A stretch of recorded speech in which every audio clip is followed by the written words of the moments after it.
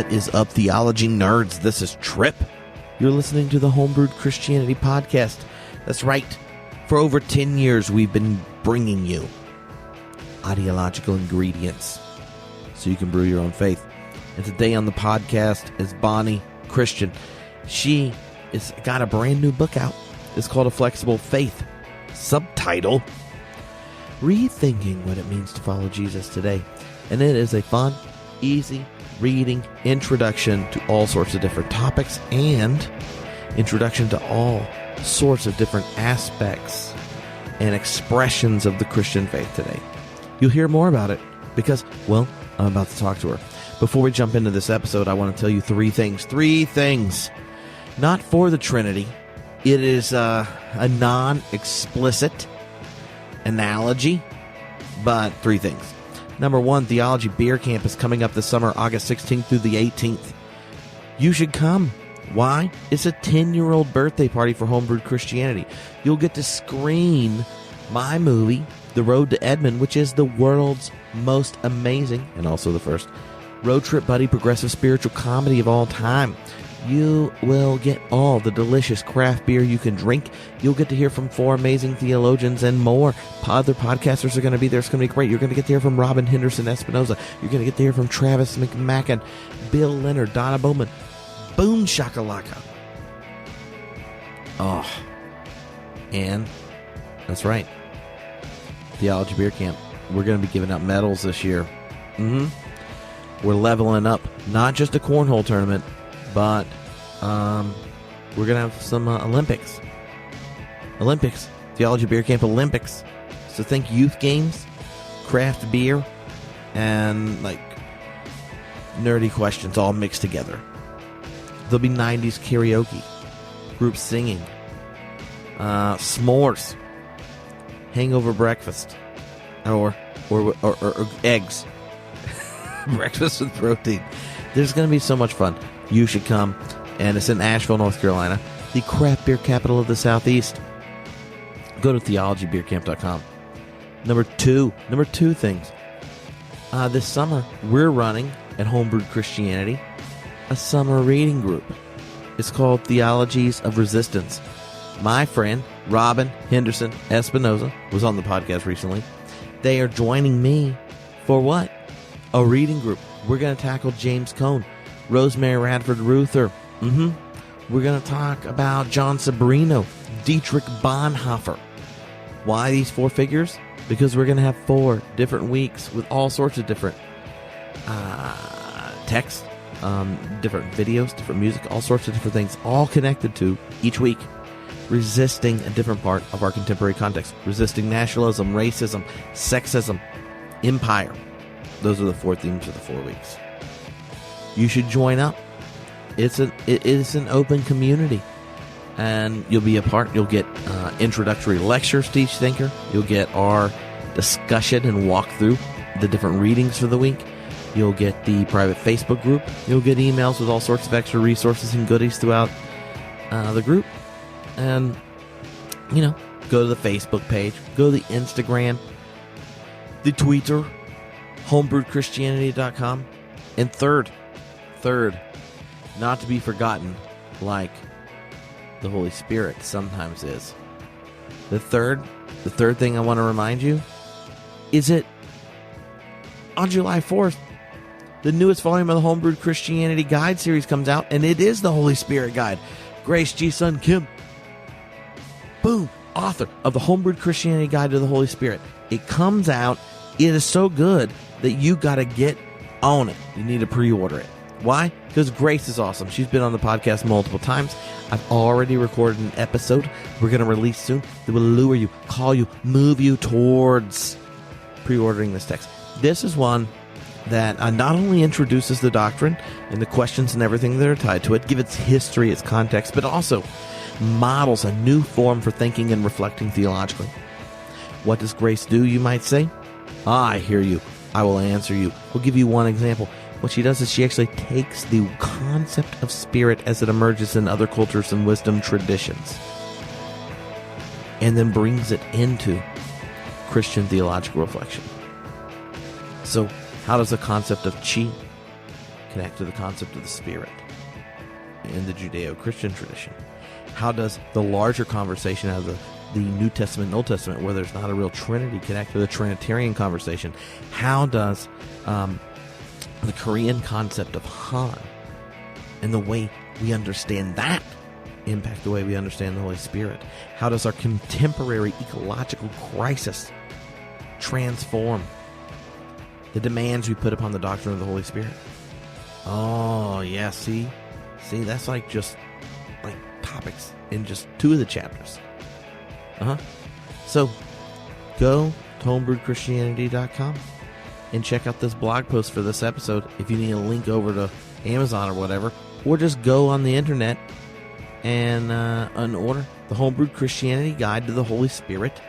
And remember, nothing says thank you for being my friend like purchasing high quality theology text, like the Homebrewed Guide to the Holy Spirit, or A Flexible Faith by Bonnie Christian, who is on the podcast, and you're going to hear from her right now.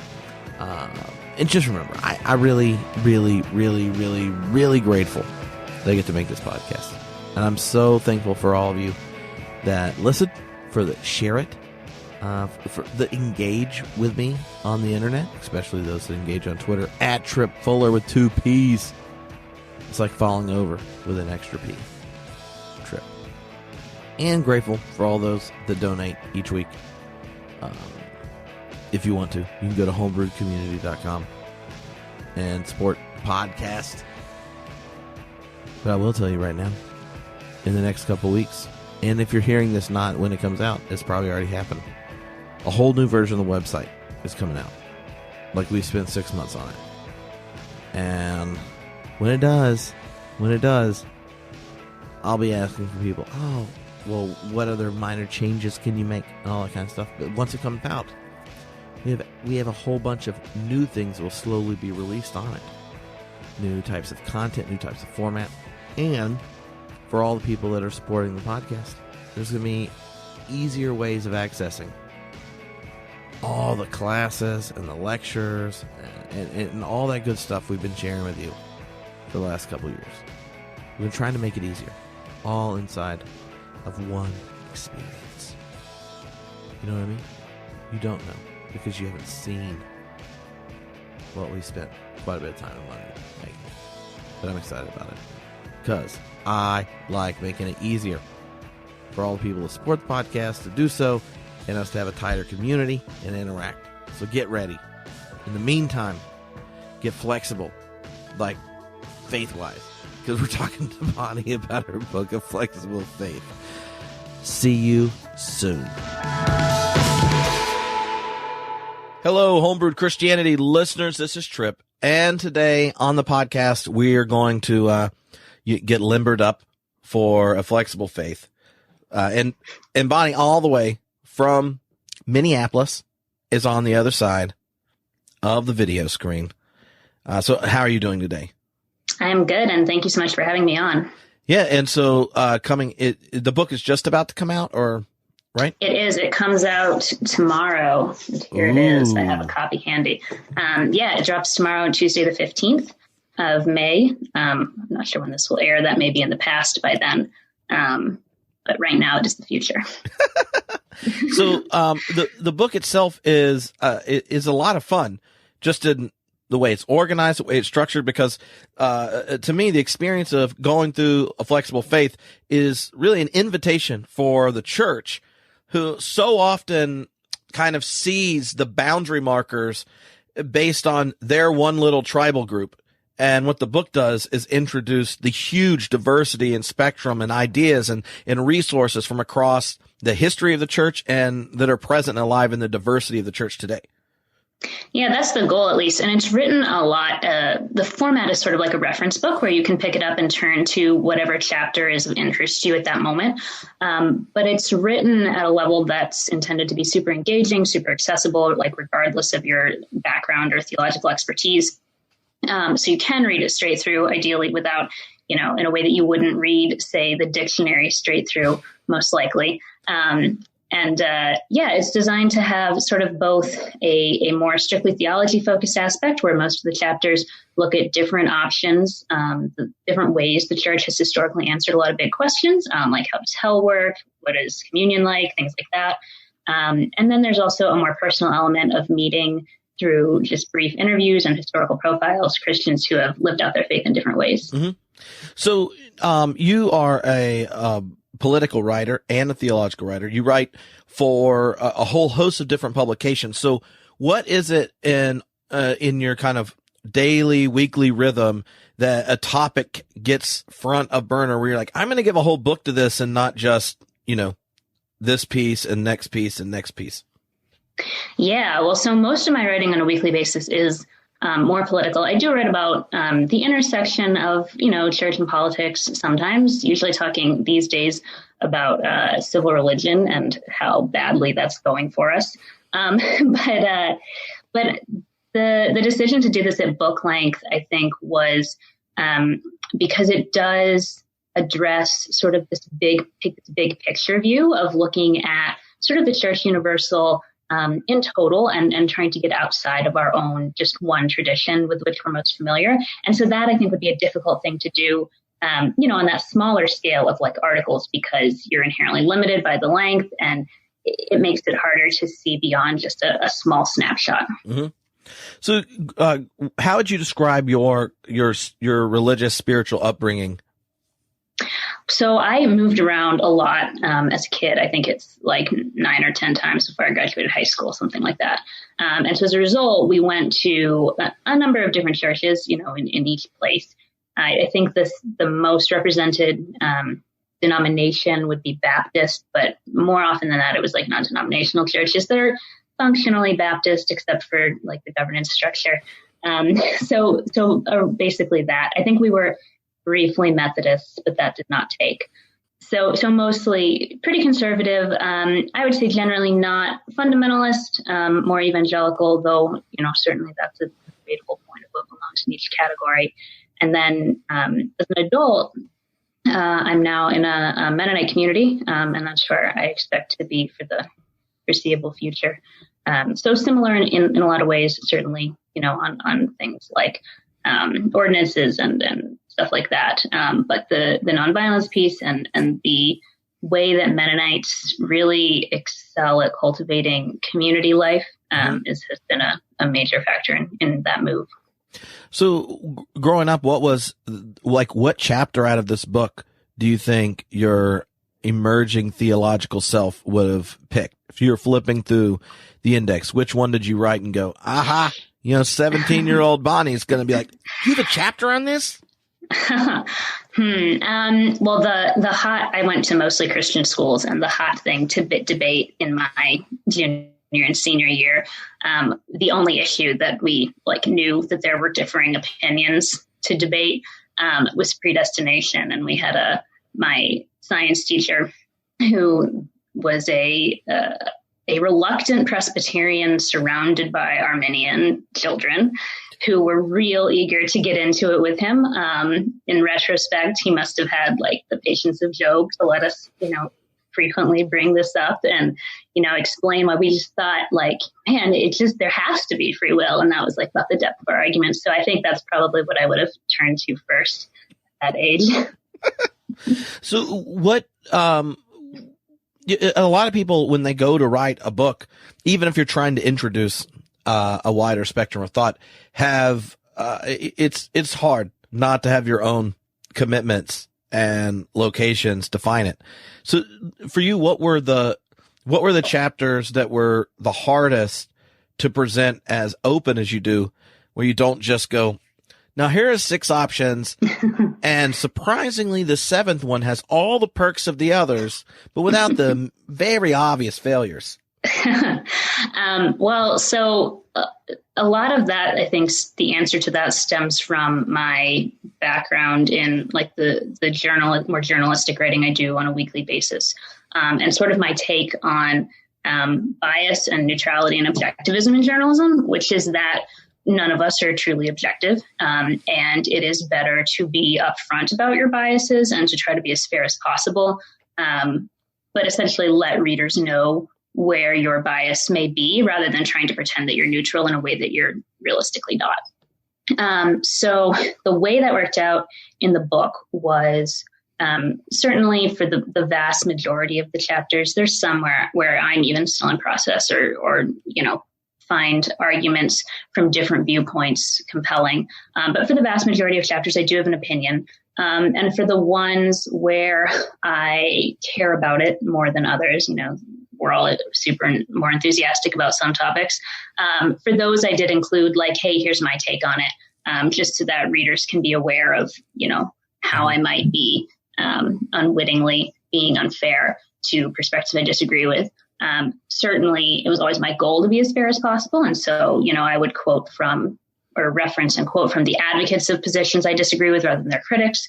But, mistakes happen. Unfair things happen by accident. And so I'd rather be upfront about it and let people be on guard for it than pretend like I'm neutral in a way I'm not. So one of the things that I've seen just in thinking theologically is that a lot of times you can have a conviction or opinion about something, and like this, I think like when I was up in not 2 times ago in Minneapolis, Greg Boyd and I, who wrote the preface for the book, we had a debate and argued for, I don't know, an hour and a half or something. And, but at the end of it was funny was both of us going like, yeah, but I completely see the logic in the other one's opinion and could imagine having that position if it wasn't for these 2 very glaring mistakes. And I think there's a difference between, like having come to some conclusion, at least tentatively in an area, and holding an idea without having wrestled with it or come to it. How would you kind of describe that transition or the process of thinking theologically that you're hoping to invite people into, and not just like, oh, I like that answer, now I don't have to ask that question again? Yeah, so a couple things. One, and it's good you bring up Greg, because this idea comes from him, is this idea of thinking of theology in concentric circles, where not every issue is of the same importance. And so where we would, at the core be committed to Jesus, and that's sort of like not up for debate. As you move outward in bigger concentric circles, things become less important. They become more open to debate and disagreement. And, it's less of a big deal if people disagree with you on that. And so I think, number one, having a mindset like that, it just helps to keep things in perspective, where we're not like making every single issue, are you a heretic or not? Because that creates just such high pressure that it's difficult, I think, to even begin to engage, because it's scary of like, what if I end up with the wrong view and now I'm accidentally a heretic and I guess God hates me now? Like, that's not good. But the other thing is that, we all think that we're completely right about everything. And if we didn't, we would change our mind. And then once again, we'd be completely right about everything. So I think it's important to come to a point of being able to say, like, look, I think I'm right about this and I think you're wrong, but I know that I could be wrong. It's a possibility. And just being able to have that hold at once, both like that conviction, but also that element of like humility and willingness to engage, and willingness to consider that, we're not omniscient right now. We don't know everything. We could be getting something wrong, as difficult as it is to fathom. I mean, that makes me think of just how many different times I've got to new positions. Like mm-hmm. if we told our theological, spiritual autobiography, at no point in it when we go, and that was a time I became a real Christian. Before that, I was a heretic. Like, I can tolerate and even love like angry Calvinist version of myself. And I'm like the opposite of a Calvinist now. So, yeah. I do think there is a shift, if you do it well, in maturity, where you recognize you've had all sorts of different theological convictions throughout your life, and the grace of God has included all those different versions of you. So maybe the church should too. And yeah. And I mean, we have that grace for ourselves automatically, I think, because, it's difficult to live with yourself if you don't. And we want other people to have that grace for us. And so isn't it like even just like a baseline of fairness to have that grace for other people right now where we think they're wrong? And I think that frequently there can be a fear that to allow other people to be wrong, to say like, I disagree with you and I think you're wrong, but I'm not going to try to excommunicate you over this. I think there can be a fear that that somehow devalues truth. But I don't think it does. And I don't think there's any reason to think that. Obviously we can still, debate and discuss and do our best to get to the truth of things. But that doesn't mean there's any reason to think that at any given moment, we all are going to be completely right about things and have those answers. Well, one of the things I thought that kind of gets at the multiplicity of locations that have integrity in the church in a way that you do it well in the book is all those different, the Q&A sections. So maybe describe that in like, what it's like both to do those and also how you manage to include enough diversity that almost any purist of their tribe is going to go, yeah, I don't think you should have had them in here.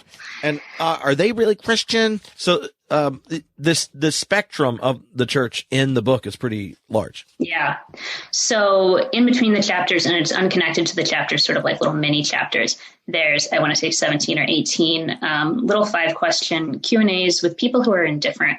The way I usually put it is sort of like lifestyles of faith, which is to say it's not just people representing a specific theological perspective. So, for example, you're not going to see like meet a Calvinist in there because, that's obviously important, but it's not like a lifestyle so much as a viewpoint. And so obviously the line between those is fuzzy. But so, for example, there's like a Benedictine nun, there's an Amish family, there's a liberation theologian, there's a member of a Latin American-based community, Seventh-day Adventist, all sorts of people, many of whom would, have very deep disagreements with each other, let alone with readers. But I included them in part just like in an effort to demystify. So, for example, the Seventh-day Adventist pastor, I think because the name of Seventh-day Adventism is a little weird, people hear that and think like, oh, this is a cult. They're not real Christians. And so he was very much eager to explain like, hey, we're a lot less different than you think we are. And here's, what's distinct about us. And that was sort of the idea for all of them to say like, this is someone you may not meet, even if you spend your whole life in church. So let's get an idea of what they're about, how they're, living as Christians. What can you learn from them? What do they offer to the Church Universal? And I chose to go with the Q&As rather than sort of me writing about it because I wanted to hear it from them in their own words, and give a more personal element instead of just like this, book report on here's different kinds of people. Here's different kinds of people, friends. So, what was there a particular question in going through the book where, in having to process it and think through and really think through how to communicate it to those who aren't just steeped in theological reflection, where the question came alive again for you? I always really enjoy writing about atonement theology. That's what I wrote my master's thesis on. And so any chance to get back into that, I enjoy, especially because I think that's something where many people may not even be aware that is a thing, like where we have like different theories to explain like how the atonement of Jesus works. I think we sort of just figure like, oh, it's obvious. Jesus lives and dies and rises and that's how we get saved. But there's like so much missing in there. And so I really enjoy talking about that and being able to, explain like, hey, we have stories that explain those missing pieces and, you should know what they are because it's like super foundational to what we believe and has big implications for what we think God is like, that are really hard to overstate. Mm-hmm. So when, as someone who spends most of their time thinking or writing politically, how do you see our current situation and the way the church in America is handling the Trump moment? Could talk about that for so long. Mostly not great. I do think though that it's in some ways it's new and in some ways it's less new than we want to make it out to be.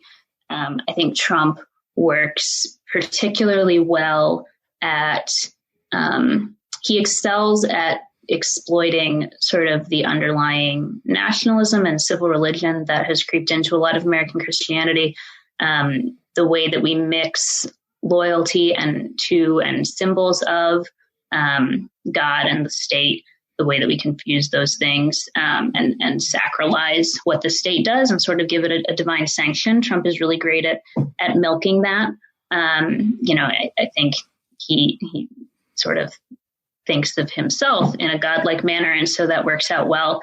And there are ways in which he is new and unique, obviously, but I think the groundwork for what he's exploiting was laid a long time ago, and we've long had a problem of confusing these things and not giving adequate priority, and by adequate I mean total priority, to our allegiance to God as opposed to our identity as Americans. And not that we shouldn't like where we live, but, it's our home. That's great. That's sort of like small patriotism, if you will, is fine and good.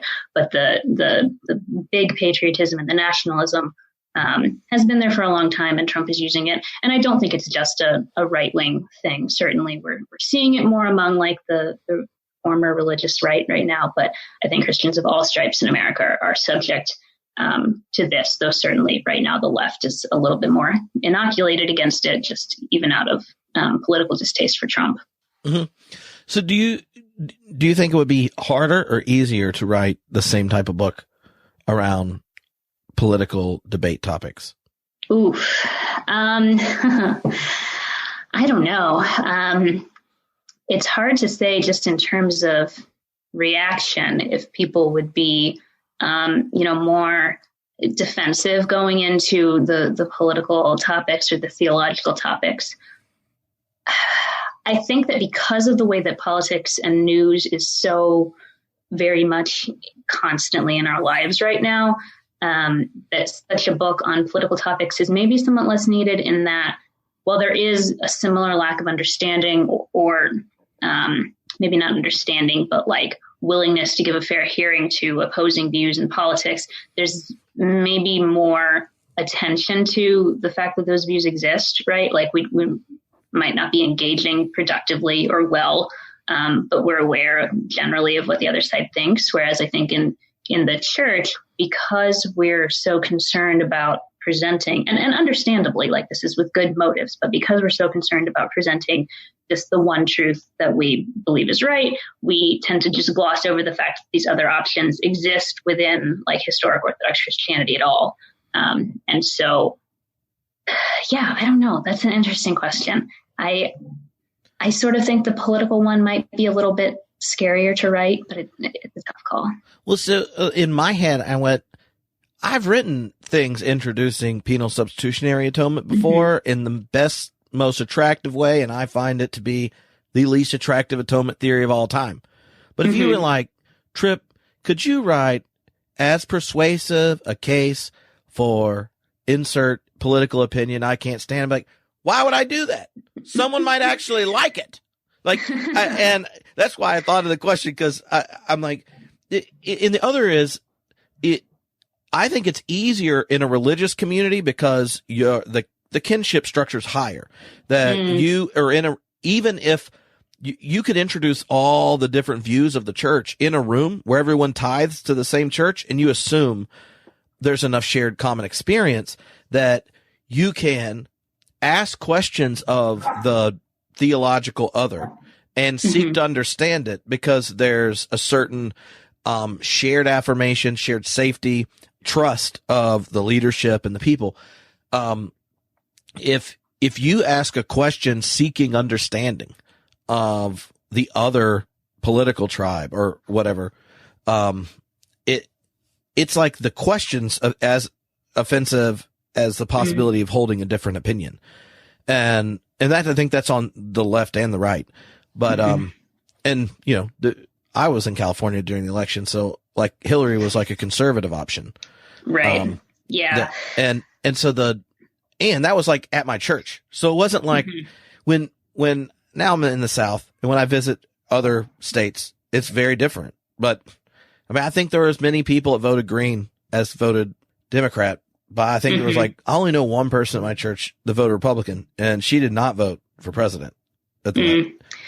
So yeah, it's I think, I don't know, building on what you said about the idea of like that kinship or that willingness to engage, that at least to some degree exists in the church. I almost wonder, would people, well, two things. Number one, things change in politics so much more quickly that a book like this about political topics would probably be almost outdated by the time it got to print.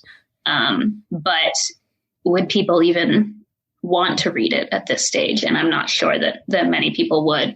It'd be the sort of thing of like, maybe your high school civics teachers want to assign it, but are adults going to voluntarily pick it up and thoughtfully engage with views of people that they hate in politics? I don't know.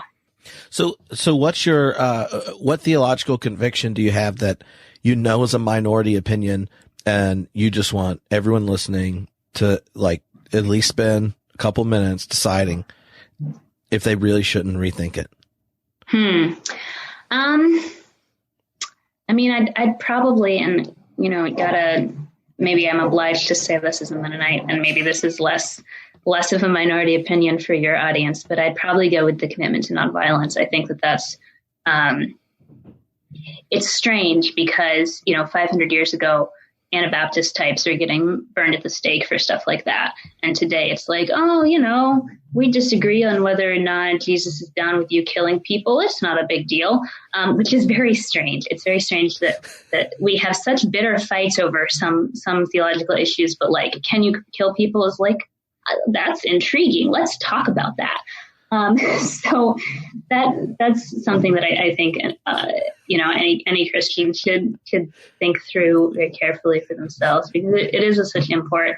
And that's something that I was not raised with that perspective. I came to it as an adult. Actually, I came to it almost from the political side of things, where my opposition to the wars that we are currently having sort of prodded me to take a closer look at what the Bible and what Jesus taught about violence and peace. So yeah, that's I think always a good thing that I encourage people to think about more. Well, I think it is funny that telling them a disagreement about nonviolence is one thing, but they really want to know how you feel about inclusion, or like what the identity politic issue, or whatever connects to our immediate political situation. So I know people that are like, oh, I love pacifists because Bush started stupid wars. It's always good to have a few around, but it's not like they're interested in getting rid of the military industrial complex or anything like that. It's right. It's like, well, at least they'll march in the right march with us. Yeah. Or I think, we're popular with whichever political party is out of power because, the other party's wars are bad and our wars were good. And I think the Anabaptist approach to politics more broadly, which, tends to have a very strict separation of church and state for the sake of the church, is treated similarly, where, whenever you're unhappy with the party in power, then it's like, hey, those Anabaptists they're pretty good. They have a good idea of how Christians should be separate from the state. And then when, the opposite party comes back in power, it's like, oh no, that's unrealistic. We can't disengage from politics. So when, in your kind of political writing and such, like what is the biggest pushback that is inspired by faith to taking a stance of nonviolence as an American that like makes you pause or linger? Well, it's interesting because I do a lot of foreign policy writing, which I'm not sure how many other, if any, Mennonites you have doing a lot of foreign policy writing. It certainly puts me in a strange position, in that like 99% of what I write about foreign policy is like critique of, hey, we should not be doing this, and here's all the reasons why, which are usually not the reasons that most appeal to me, right? Because our foreign policy debate takes place publicly entirely in a framework of just war theory, which I don't share, but certainly I'm willing to, use those arguments to say, like, look, by your own standards, this doesn't count, is not okay, and is not working. And then the other 1% of stuff I do is like, hey, let's do diplomacy. So you're like, oh, it's Tuesday. It's time for a, hey, diplomacy's not that bad post. Yes, gotta work that in. Otherwise, I'll be accused of having no solutions, only critiques. So my go-to is, let's talk about these things instead of bombing about them. So now I've lost my train of thought. What was your question? Oh, like, what is the pushback to the Mennonite commitment to nonviolence that gives you the biggest hesitation? Because I think I know a lot of people that are nonviolent, just like the idea of not having that position just seems ludicrous. Sure. And so it's real hard to, like, what does foreign policy and that type of stuff sound like if, when you hear something, you go, yeah, I mean, I guess I can. Yeah. I mean, I think that, as always, the temptation is like the need to feel like we're doing something, like especially when confronted with something really visibly, nakedly evil. We have to do something, and feeling like there's a moral laxitude or irresponsibility if we're not doing something to stop this. And so I do get the appeal of that, and I think the well-motivated and sincerely well-intentioned desire to say, like, hey, we have this great big military, let's use them to stop this evil. Like, I understand and appreciate where people are coming from with that, and that they're trying to do good things. For me, though, I mean, even setting aside sort of like the moral and ethical and theological arguments of it, just from a practical perspective, there's no guarantee that doing that is going to help. In fact, the record of the last 2 decades is that doing that probably isn't going to help. As much as we want it to, it's not. That it's a fantasy that adding thousands more American bombs is going to fix the situation. So yeah, I see the appeal of that, and it does give me some pause, and it is a critique that I take seriously. But I think that ultimately it's not grounded in reality, even before we get to like the theological side of things. So one of the questions that's come up to me, and I have no answer to it, that's why I was asking you. So is the Trump administration and their like just inability to want to play any of the roles America has played for a long time internationally, be it just staying in treaties or taking the lead in like the World Trade Organization or UN, or just breaking all sorts of things, is like looking at it and seeing the train wreck that is entailed is the best argument for America, at least with what we've inherited post World War II, having some obligation to play the role of, whatever, first among equals, but that's not really how it is.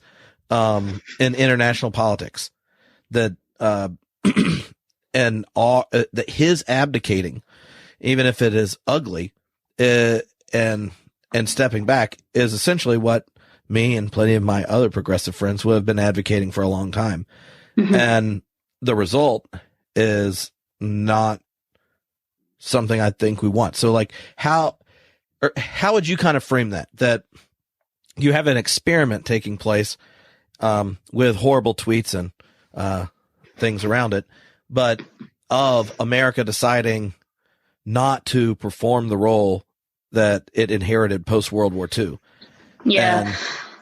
I mean, I'm probably somewhat less concerned about that withdrawal than it sounds like you may be.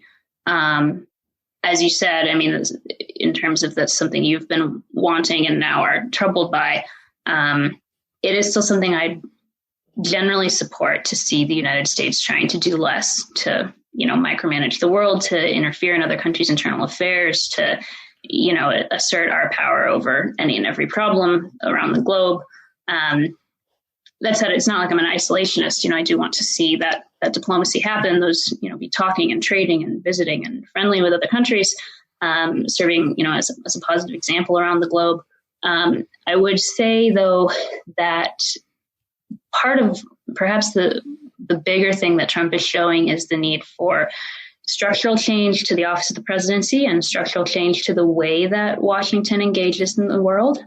So, for example, there have been a number of things like the Iran deal, things like DACA that Trump has rescinded from the last administration.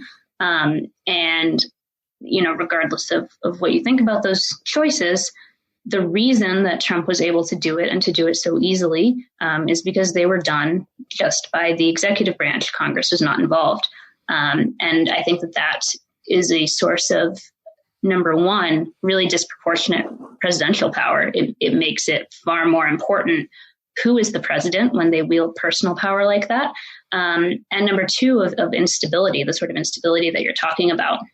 And so my hope would be that the big lesson from this would be less about a need to preserve global American power in a hard power sense, especially, and more about we need to rein in the personal leeway that the president has, both to make these decisions on his own in the first place, but also to undo them. Like if these things were done by Congress, we wouldn't be having this instability right now. And so I'm not sure how realistically you make such a change happen. I think a lot of the initiative would have to come from Congress to reassert its authority over these things, and that may not happen anytime soon, but it should happen. The president should not be allowed to do and then undo these things at his own whims. Well, I'm just don't know what Congress does at this point. So, they give people like medals of honor, I think, and name post offices or airports or something. Yeah, it is kind of fascinating. The growth in power in the executive and judicial branch has a lot to do with just the ineptitude of Congress. And, yes. And Congress' inability to do stuff is really connected to, it's a vicious cycle. As Congress gets weaker, the president gets stronger, and then it keeps going that way. I mean, like the very fact that, like, why does the president present a budget and say what he wants? Congress has the power of the purse. He's supposed to be it's very interesting. And obviously this is going way back. And so with all due caveats about changes that have happened over time. But if you go back to like Washington's, I think, second inaugural address, he describes himself as like something like a magistrate or something. Like he just sees himself as like a guy to be there to carry out what Congress tells him to do. And we're so far removed from there. It's bizarre to even read those words. I wonder, a lot of it has to do with the way Congress gets elected and stays in power. And it actually is funded a lot by the hyperpartisanship that the church in different ways fosters. And if you attend church regularly, you're more likely to be a hyperpartisan than if you don't. And I don't think that's, an accidental connection. So, I mean, if you were thinking of how the church broadly, that's represented across, the book, how would we introduce a flexibility of faith that both affirms as part of our duty as a citizen to be actively engaged politically, but also a flexibility to affirm the validity of others participating and engaging, so that we aren't fostering a culture that, doubles down on a legislative branch that just won't accomplish much because they'd like to stay there. Yeah, it's tricky. And before I answer that, I'll say I'm not sure how much is possible to change without changing, as you mentioned, the way that Congress is elected. I mean, I would love to shift to more of a parliamentary system, some sort of, ranked voting where it is realistically possible to have a true multi-party system.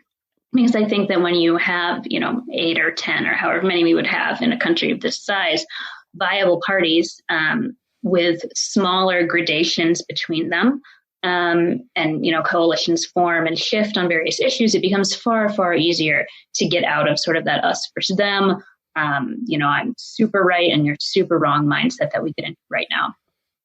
So I would love to see that happen, and I think that would help a lot. But with things as they are right now and within the church specifically, I would say that the single biggest thing we could do is to say, like, I'm a Christian and it influences my politics, but I do not have Christian, like the monopoly on Christian politics. And this is something I think about a lot, especially as I'm writing in both political and theological territory, to say, like, look, obviously my faith influences what I think about, like, what should happen in the world. But that does not mean that what I'm saying represents the only way that Christians can think about these things. And I think that's a difficult distinction to make, and it's much easier to say than to actually function and engage that way.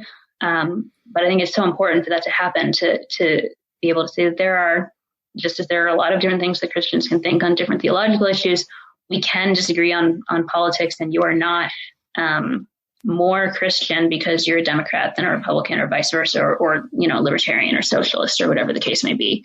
And I think Christians will pay lip service to that. I think the vast majority of the Christians in the country would say, yeah, absolutely, I agree with that. But that doesn't mean that we live and talk that way. Mm-hmm.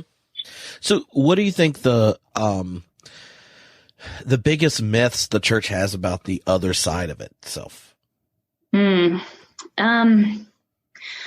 think it depends on, what camp you're coming from.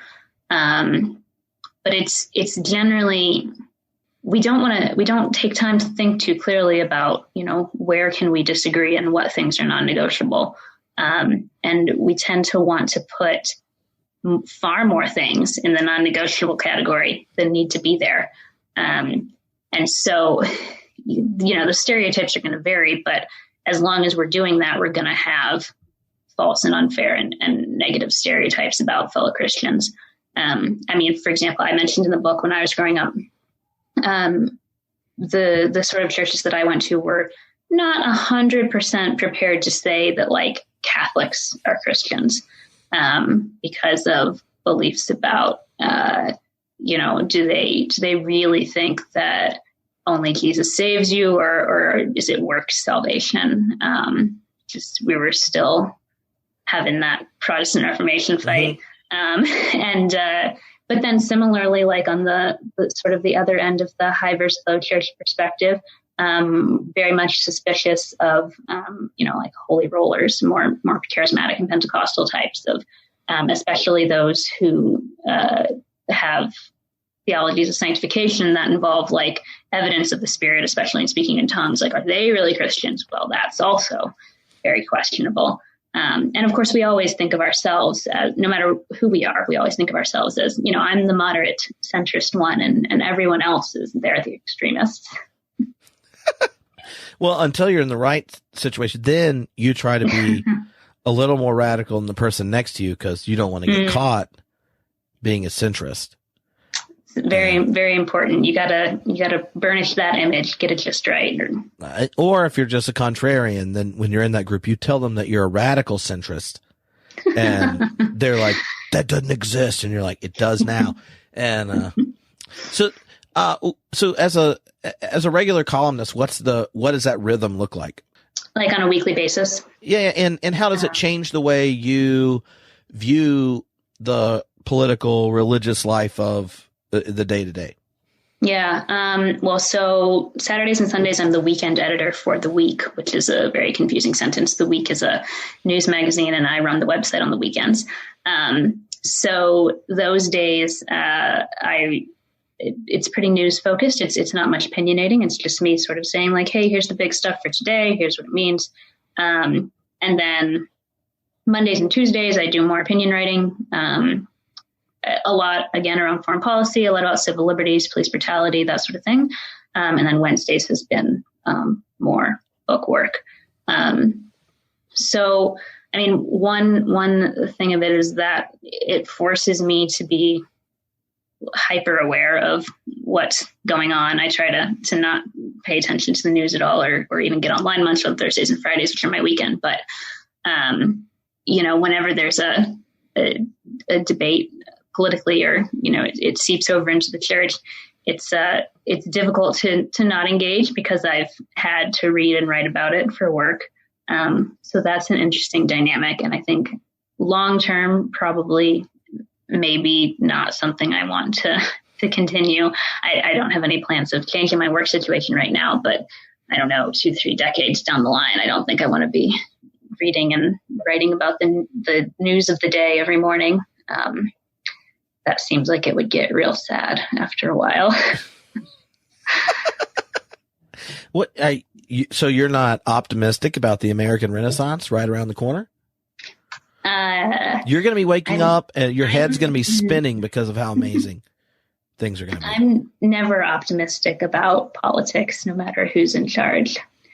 I wouldn't say that I'm a pessimist. I just, don't really expect things to improve.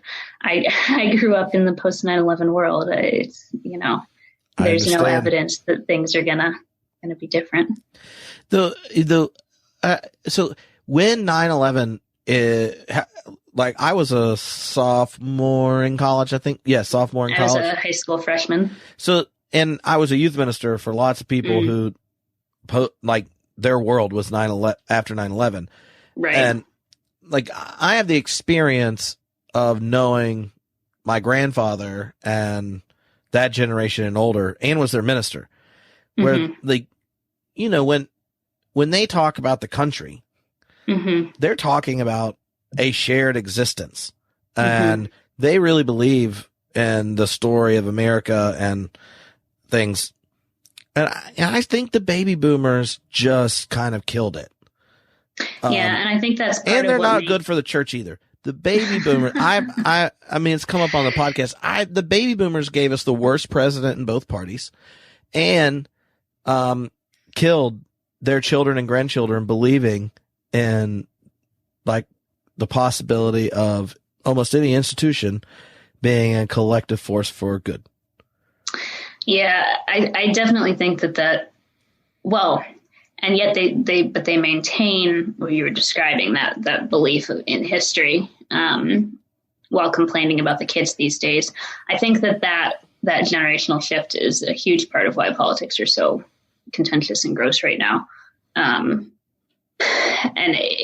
talking with older relatives, even we'll have a conversation and I'll, explain this is, things have always been worse than, your history books told you. There were bad things in America's history before the present situation. And they'll be like, yeah, I totally get that. I totally agree. We need to be aware of that. But then 10 minutes later, it's reverting to back when it was good. And it's such an ingrained mindset that it's very difficult. I think even for those who are aware of it and want to not think that way, it's very difficult. And then for younger people, you can't think otherwise than that sort of, hopefully not cynicism, but in a lot of cases, cynicism. Well, I think part of it is we know just from 9/11 on how, when people voted, no one knew what the world they were voting for. And when it means to going to war, to the intelligence and stuff, and then the aftermath, our decision-making process has never been one, things that are 80-20 in the country don't get done. There's a lot of issues that are 80-20 that just don't get on the docket. So the idea that we're supposed to believe that, politics is a means to do anything, is hard to muster. And in your head, you're like, I thought it might happen for about 45 seconds with Barack Obama. And then I realized that, Mitch McConnell was going to make sure that never happened.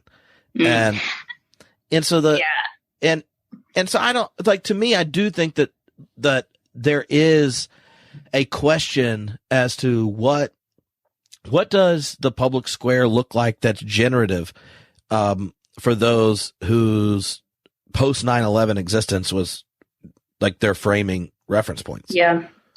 And I do think that's an important question. At the same time, though, and this is the Anabaptist in me talking, I would say that it's not, for the church, it's not the worst thing that there's sort of that loss of faith in institutional politics as a source of change.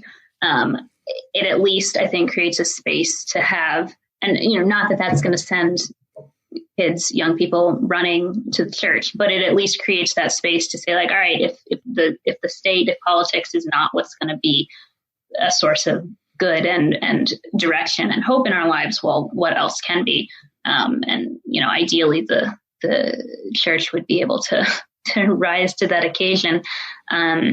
Whether it will is another question, but I don't think that it's an inherently negative thing to have that loss of faith and that recognition that this is not the end all be all, and this is not like your hope in life. Yeah, I just feel like somebody's going to twist those levers, and it has a lot of there's a lot of violence in those levers, and they can get used for a spectrum of good or ill, and or just significantly more violent gradations of ill. And I think Trump's like an example of who gets there when, like, qualified, well-meaning people know they have no interest in doing what's involved in being in that situation. I think, and what if it gets worse? Earlier, the more that the executive power distorts and grows, the more it attracts the people who should not have it.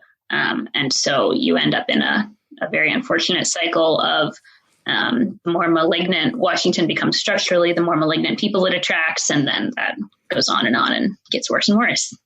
So how do you see us as Christians working to address issues that are that the nation state's not built to address, something like climate change or technology or changing the gene pool scientifically and things like? We're at a cusp of, through technology and through collective ecocide, of needing cooperation and such, where nation states are not the primary place to regulate or and such, and yet you can see those issues as being important ethically, and wonder, like, what does it look like to organize and act for the well-being of the whole when the nation state isn't responsive, but probably not the best, because one nation can do whatever they want to do, but if the genes get modified over here or pollution keeps coming here, then there's not a lot you can do about it. Yeah, I mean, I think that's true for a lot of issues, including the ones you mentioned, but beyond that, I particularly think of, here in the States, where the church is so large, or at least so many people, claim membership, and so wealthy. We have so many people, so much money.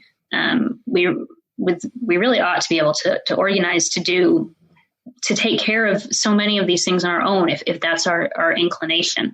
I think for any of that, two things are necessary. One is that there has to be a theology that explains why something should be done, and that may or may not be present or developing in any given church context.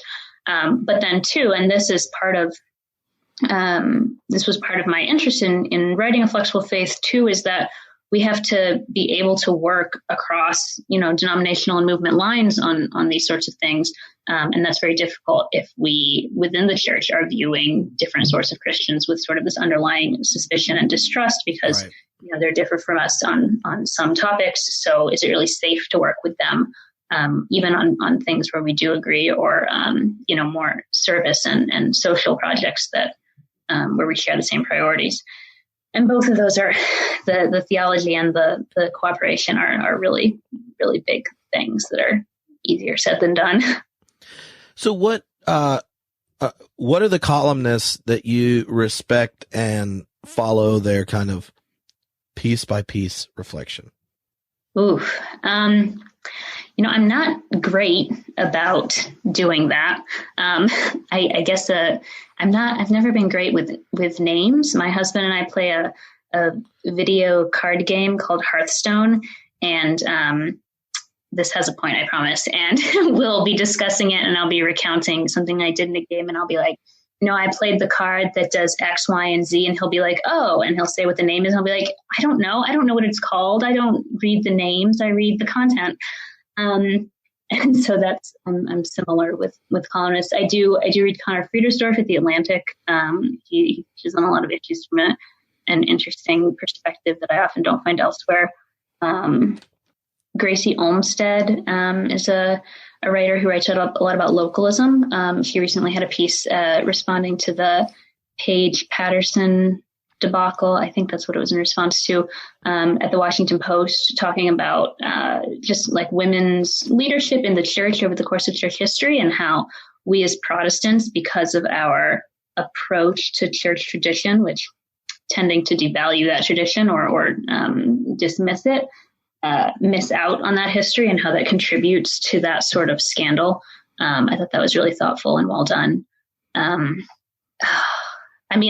also, writing at The Week, I read a lot of my fellow columnists there, and we have a good stable of diverse thinkers, which I enjoy. So all those people whose names I should be able to rattle off because they are my coworkers and I cannot. Well, each one you would have so much praise for that to start listing. Yeah, it would be all praise. and you can hear the music coming in saying, Bonnie, your time on stage is done. Take your award and walk off. So the what are you hoping the reader experiences with A Flexible Faith? Like what's the takeaway when they tell you, Bonnie, you won't believe this, and you're like, I can believe that. That's what I wanted. I think it depends on the reader, and I sort of had two main readers in mind. One is if you are a Christian who is like good with your church context, you are, happy to be there, the theology, you think it's good, you're doing well, then for that person, for that reader, I would hope the takeaway would be like this new awareness of the church universal. And like, I understand that these people I disagree with are also Christians, and I'm, not going to call them a heretic, and I want to talk with them and engage with them and learn from them and vice versa. The second reader, and I say second, probably the primary reader though, is for Christians who are going through, or even, someone with no background of faith, but someone who's going through a season of doubt or deconstruction or questions. You've gone through that time. The theology or for people who weren't raised in church, I guess the worldview of your youth or your conversion is not, it's not working anymore. It doesn't fit with what else you believe, or you're struggling with it. At some point there needs to be like a season of new exploration and of reconstruction and rebuilding, and ideally developing, a new foundation of faith. And so for that reader, what I'm hoping is to offer like a guide to say, look, here's where you start. It's not going to answer all of your questions in total detail because it's super short summaries of these viewpoints, but it'll give you a taste, it'll give you a broad view, and it'll give you resources to learn more on the things that are really troubling you so you can move into that new phase of reconstruction. Mm-hmm. Sweet. And people should know there's like cool bibliographies for each question and such too. Yes. And they go all the way back to the patristic times as much as possible. I wanted to not be like, just read these books that were published in the last 10 years, because that would be, such an unfortunate myopic view in a book that's supposed to be like about the great sweep of the church. And one of the things about the book is it actually introduces you to a Christianity bigger than what's just in the United States. And half the time, I think just broadening it up to include the majority of Christians who don't live here can reframe a lot of the hangups American Christians get about stuff. Yeah, it totally reframes, I think, the importance of a lot of the debates we're having, debates that either have already been had or are just have not been raised and are not an issue for like the vast majority of the Christians in the world. And especially as the population of Christianity continues to shift to the global South, we really need to stop ignoring that. We have to pay attention. That's because we're not the majority of Christians anymore. We may have the most money, and that needs to be part of this shift. how we handle that. But it's never too soon to start thinking about that, given that we will become a smaller and smaller minority of the church in coming years. Well, thank you so much for joining on the internet. And thank you again for having me on. I've enjoyed it. Awesome. Well, everyone, check out the book, A Flexible Faith. And where should people follow you on social media and such? You can find me at bonniechristian.com, BonnieKristian. I'm at Twitter at the same thing, Bonnie Christian. And I answer my tweets, and my website has a little ask box where you can send me a message that I do read. It is not just going to go into the void or some unchecked email account. So that's a good way to get in touch. And if you have a question that's sort of suitable for public consumption that a lot of people might have want to know the answer to, it also lets me publish just my reply with your question as a blog post, which is a function I love to do. Well, thanks. Great. That was fun.